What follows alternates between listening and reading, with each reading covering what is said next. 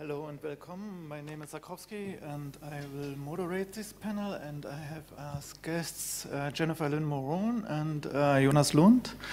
I have to say I'm a curator. What? More in the mic? Yeah, okay. I'm a little bit nervous, so I'm part of the curatorial team from this exhibition and foyer, and these both artists are in this exhibition. Maybe you saw their pieces.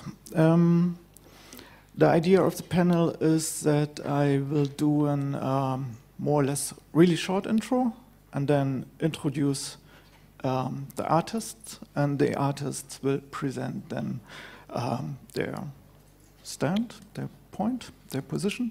And then we have a short discussion together, about around 10 minutes. And then we have intervention from the floor. And then there will be an A&Q for everyone from the floor. I would like to start, inspired by the opening and the speech by Peter Sunde that we have heard the day before yesterday, that we have lost the game. But for me, I had to say that means only this game is over. So we had to start a new game, in my opinion. And I hope we will discuss this in a bit. But now I will start with the introduction for the panel, the more broader introduction.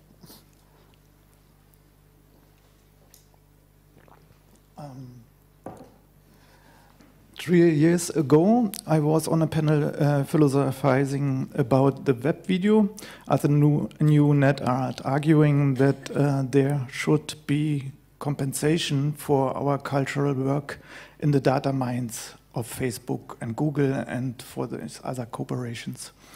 But quite a bit has then changed for me. At this time, I still thought that the means of production were the algorithms. But as Lanier has pointed out, these algorithms, even when they are in our hands, meaning even if they were public domain and open source, even then we could not own them or could not exploit their potential, because the actual means of production are the data centers. We would have to nationalize the data centers too. But as can be seen in the energy sector, it's not easy to maintain the idea of collective ownership in opposition to the concept of the free market. It could be said that this is a back-end problem, but what about the front end? What about our data? Who does it belong to? And this is what leads me to the work of Jennifer Lyn Morone. Her work touches the festival theme on many levels. The commercialization of identity, as is increasingly required by our capitalistic society, has long been as a theme reflected in art.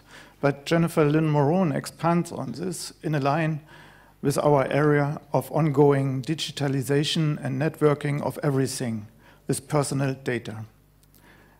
She first asks what personal data actually should be, who belongs to it, and especially what is the value as an individual. 10 years ago, here in Berlin, there was a symposium called Oil of the 21st Century, in which it was determined that in a network society, copyright represents actual value, just as oil had in the post-industrial society of military, economic, and entertainment industry complex. But now, I would instead put the analogy like this: data is the oil of the 21st century, and copyright firmly establishes mining rights for operators of data mines. Excuse me. I'm a bit excited. Jennifer Lyn Morone wants to market the data she creates herself, and she claims authorship back for it. For the data stripped from her by monitoring systems of the state and multinational concerns she seeks, by using the very techniques of monitoring, exploitation, and control used against her, the recovery of her authorship. An example, the possibility of creative, free, and independent action. However, she achieves this not by calling for a revolution or an utopian lifestyle. No, she chooses the artist tool of appropriation. She transacts the existing control system and simultaneously tries to insert self-determination and shape it accordingly. In this appropriation, she also accelerated. She seeks within the game rules to create herself as a legal person and play along and yes, join in, accelerate, and see how far it takes her. For this, she developed a tool for mining and exploiting her own data, an app to utilize and proffer her data in accordance with market conditions. She built a website and matching advertising campaign. Totally in line with the capitalist principle of participation, she sells shares in her one-person company. She approaches gender issues playfully, indirectly, by wearing ill-fitting men's business regalia, suit and tie. She mocks the uniformity of male corporate culture. And at the same time, through this tiny gesture, makes ironically clear the ill-fitness of her company's entire founding to the individual human behind the person. And also the culture shaped by male competition, so close to the logic of war. Business is a war between nations and resources, one could say. Of course, not just the comic elements, but the entire promotion film for the brand Jennifer Lyn Morone is, thought the presentation of the production and the undirected green screen recordings raptured and classified as an art project. The factoring surprise of behind the scenes views simultaneously conveys her approach through wanting to show personal experience of behind the scenes of real data capitalism. Insofar as it is also interesting that she tries to introduce her team, because this work is a team effort. But in this case, we have Jennifer Lyn Morone as CEO here of her own company, and she will tell you now more. Thanks. Thank you, Sakrowski. Thank you. It's nice to be here, and thank you for that lovely introduction. I'm Jennifer Lyn Morone, and I think, I don't know who's seen the exhibition, but at the beginning of this project, I was just finishing school and dissertation, and I really was kind of disturbed with what's happening with the data issues and capitalism, and I don't think I would have done this project had I not been American, one, and female, another. And it kind of all comes down to this, if this will work. Exploitation. So I started looking at the language of things. So we make full use of and derive benefit from a resource. Make use of a situation in a way considered unfair or underhand, a bold or daring feat, or a software tool designed to take advantage of a flaw in a computer system. I wrote something for an article recently, and this kind of encapsulates how I see this situation. And I wrote it it kind of sounds like a future version, but it's a future scenario, but it's kind of how it is now. And so the first one says, "Dear people, the West is collapsing. As a natural person, there is little hope for you. You are a slave to the state and to the few monopolies and control. The notion of privacy is foreign to you. You happily carry around a tracking device on your person and multiple within your home. They ensure your unwavering responsibility as a consumer and a citizen. There are few job prospects due to increased automation of labor. However, there are many ways in which you may entertain yourself at little cost. You may make effort to become an entrepreneur and start a business as long as you sell it to one of the monopolies in due time.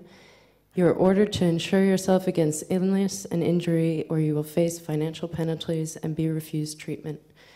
You may not return to the land and become self-sufficient, as you will be trespassing on private property of the government, elites, or corporations.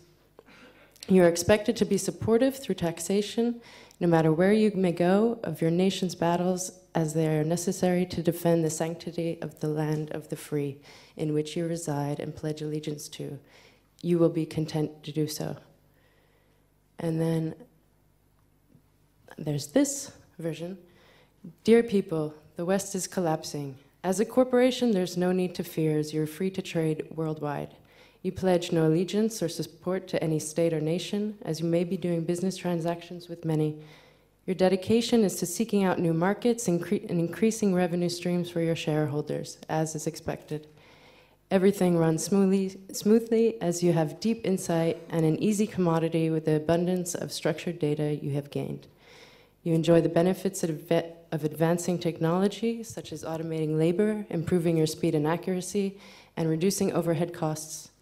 You're free to manipulate the market. If you consider your share value too low, you laugh at taxes, as there are always a means to avoid them.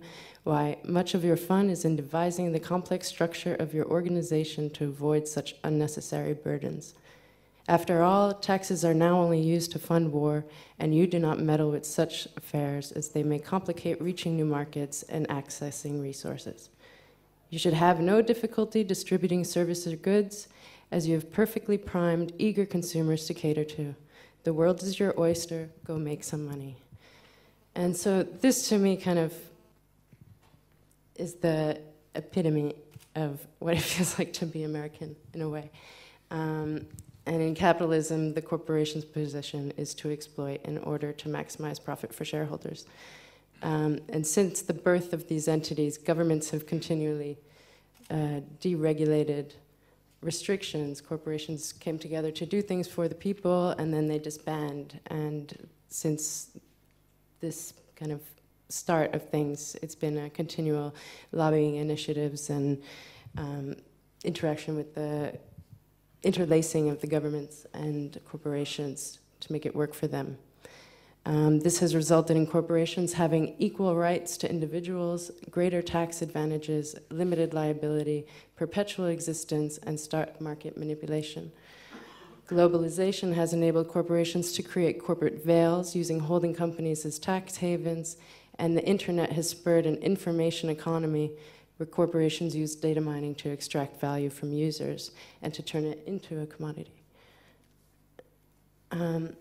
So in just 10 years, this has been a multi-billion-dollar industry has emerged solely from personal data, and it's expected to reach into the trillions by 2020. This is not only confined to data brokers, but it's rampantly becoming standard practice by every single app, software, service, digital project, bank, shop, appliance, basically everything you use. It's not confined to like the apps on your phone.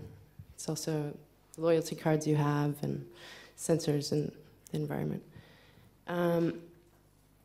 So what we see today is this constant maintenance of personal identity through social media, monopolization of the internet by corporate interests and government, surveillance, increasingly working together for anti-democratic ends.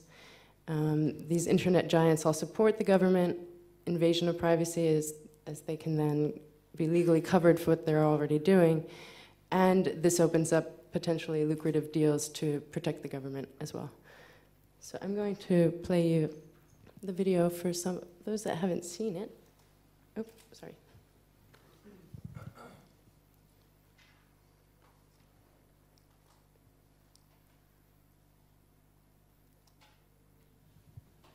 We are all data slaves. I don't know about you, but I've had enough of being exploited. You know who's got it made? Corporations. If companies can make money from my information that I generate just by being alive, then so can I. I've decided to play their game, but with a little twist. By bringing the whole process down to the individual, by incorporating my identity. What's my solution? Extreme capitalism. I'm now the founder, CEO, shareholder, and product of Jennifer Lyn Morone, Inc. As a corporation, who I am, how I am, and what I do is for me to exploit, making my life, my existence, and the data I generate my business. This is not about everybody getting rich, it's about everybody getting their fair share. Let me explain how this works. I've broken down every aspect of how I am as a human into physical, mental, and biological services. Take a look over here. On my website, people can go to ask to use me. Debates to requests are also transparent, so if you ask me to do something dangerous and unethical, you better be prepared to answer why. Shareholders vote on major decisions. Perhaps I'll be used for what I do best, perhaps it will go terribly wrong. At the same time, I'm capturing and collecting as much data about myself as I possibly can, so I can analyze, package, and sell it as I see fit. I'm using all the same methods of surveillance and data collection that companies and governments do to us now. The only difference is that I'm not interested in your information. I'm only interested in collecting mine. And I'm going to be fully transparent about it all, meaning I'm making it live and public. Why? Because we're that transparent to those watching us now.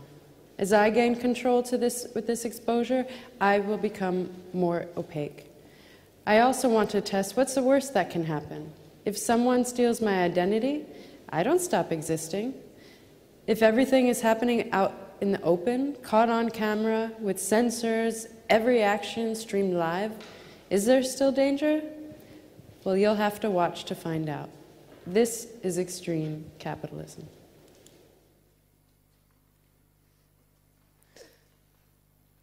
So,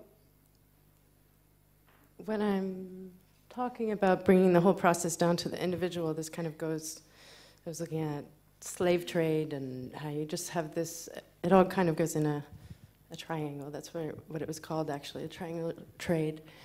And so it was to bring it all down to one person. So I'm the owner, the resources come from me, and I treat myself as a product. The production is, you're a product of your environment.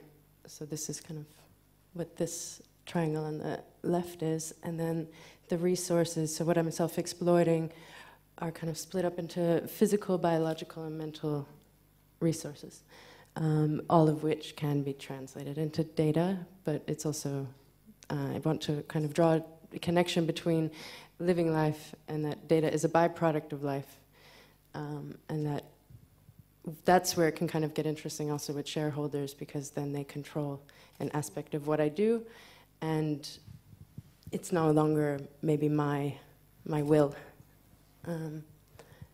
So I did all the kind of normal things that one does when they start a company, and I wrote a business plan to lay this all out.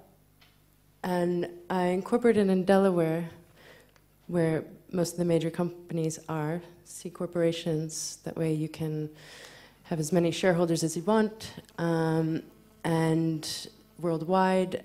And this is kind of where they do the share aspect, and it's that part of the company.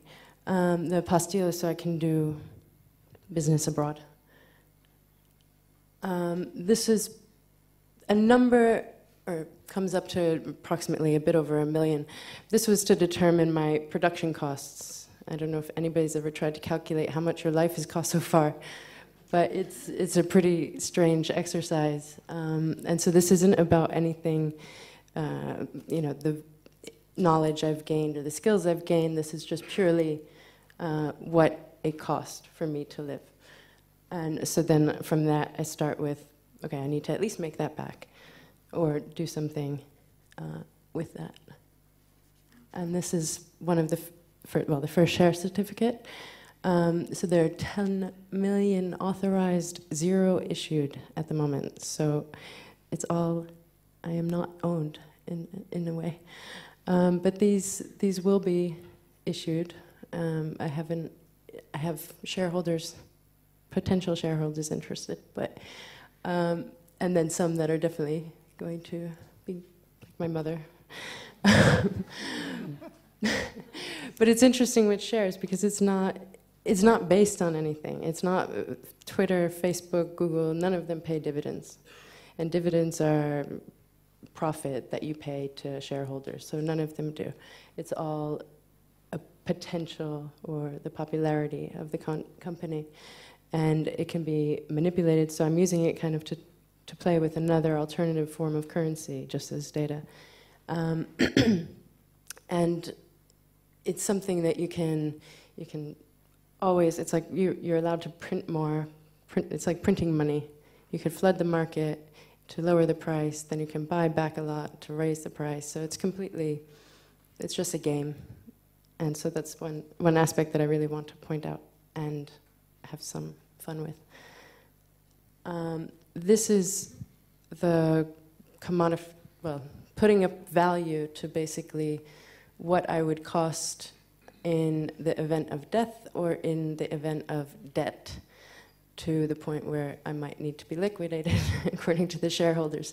So if I were to die, or it was not a feasible product, basically, or profitable, this is basically a list of what I could be sold as an object, a physical body.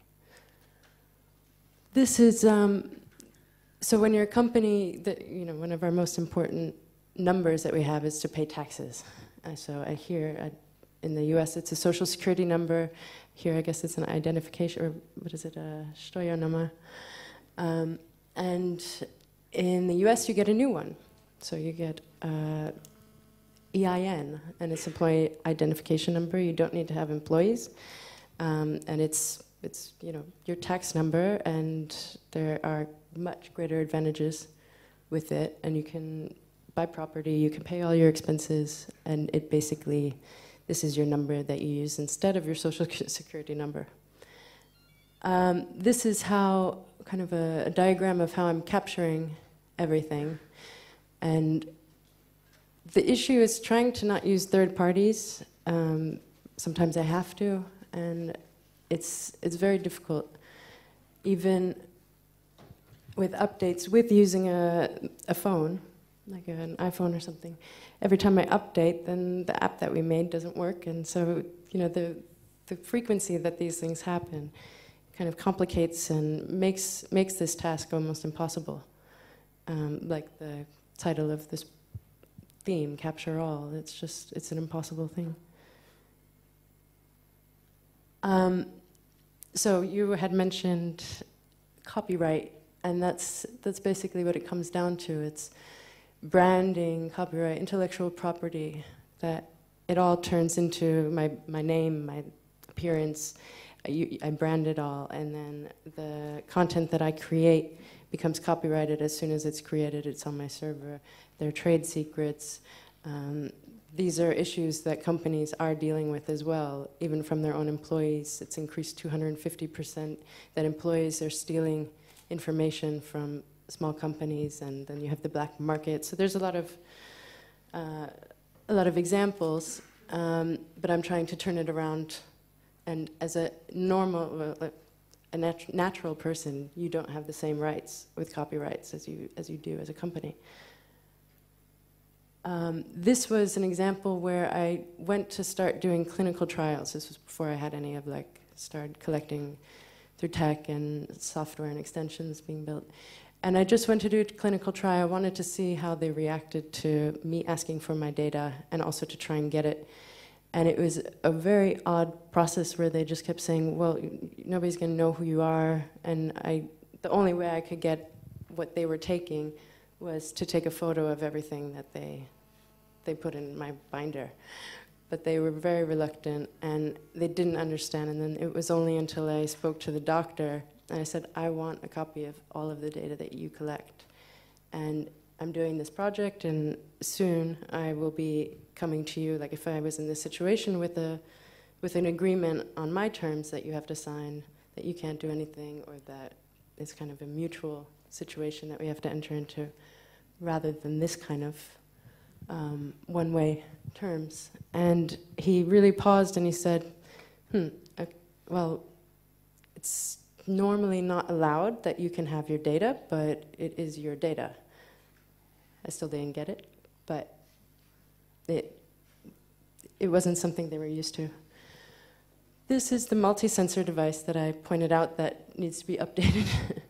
But it's kind of a testament to show that it's not a nice little Fitbit thing or some neat little product packaged up. It's a weird, awkward thing that you have to wear to try and do it kind of yourself. So there's a lifelonging camera. Then there's EDA for like mood and temperature. ECG for heart. Accelerometer because I want to measure my clumsiness. And there's a light sensor, and what's the last one? I think that's like activity, so it knows when you're climbing things and stuff. This was another exhibition I did recently where I recreated the room. So this was just to show how many cameras and like kind of how I had it set up in London to capture. So I had three cameras in the room, a Kinect that had motion tracking. Two of them were security cameras, so IP cameras that are directly connected to the router.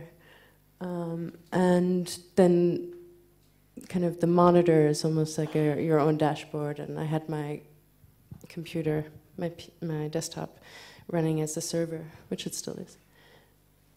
And this was an initial, to kind of show you the advancement of the website. This was the initial iteration. And it's trying to switch advertising to where it comes from what I do. Like, I can advertise, if I'm at a cafe, I'll show where I am, but they have to either give me free services or, sponsor me in some way. I'm not gonna show it for free, and starting to play around with things like that, or what I might be wearing. So this was, I just wanted to have a full picture of everything going on that happens at the same time. But then these were more iterations and kind of very much showing everything, which contradicted a bit with the idea of starting to control it and own it. So then, this was one, I don't know if you can see, it doesn't play. Well, this is blurry. But that was one where it is starting to move. How do I get over there? Oh, there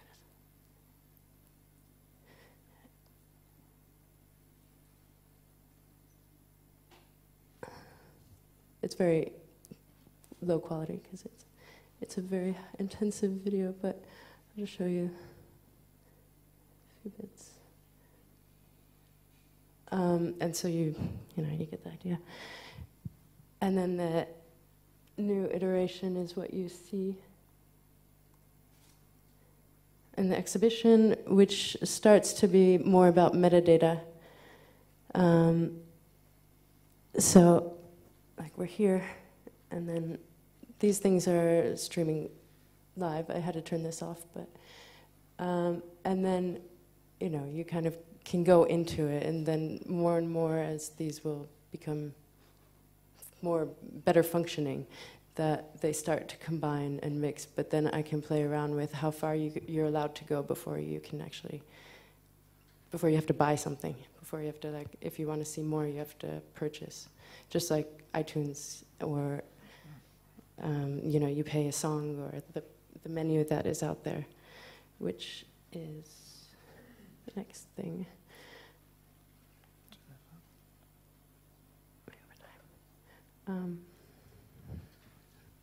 Sorry. Well, anyway, I'm running out of time. The last ones are not so important. It's the menu that's out there. It was to show the sheer volume of information, and then again to talk about the kind of ways that I'm trying to play with not certificates, but terms of agreements and the legal aspects of ownership and rights, and trying to turn myself into the data owner, and that the companies become the data users and governments become the data users, and trying out new terms of agreements with things like that. So I think I'm out of time. We have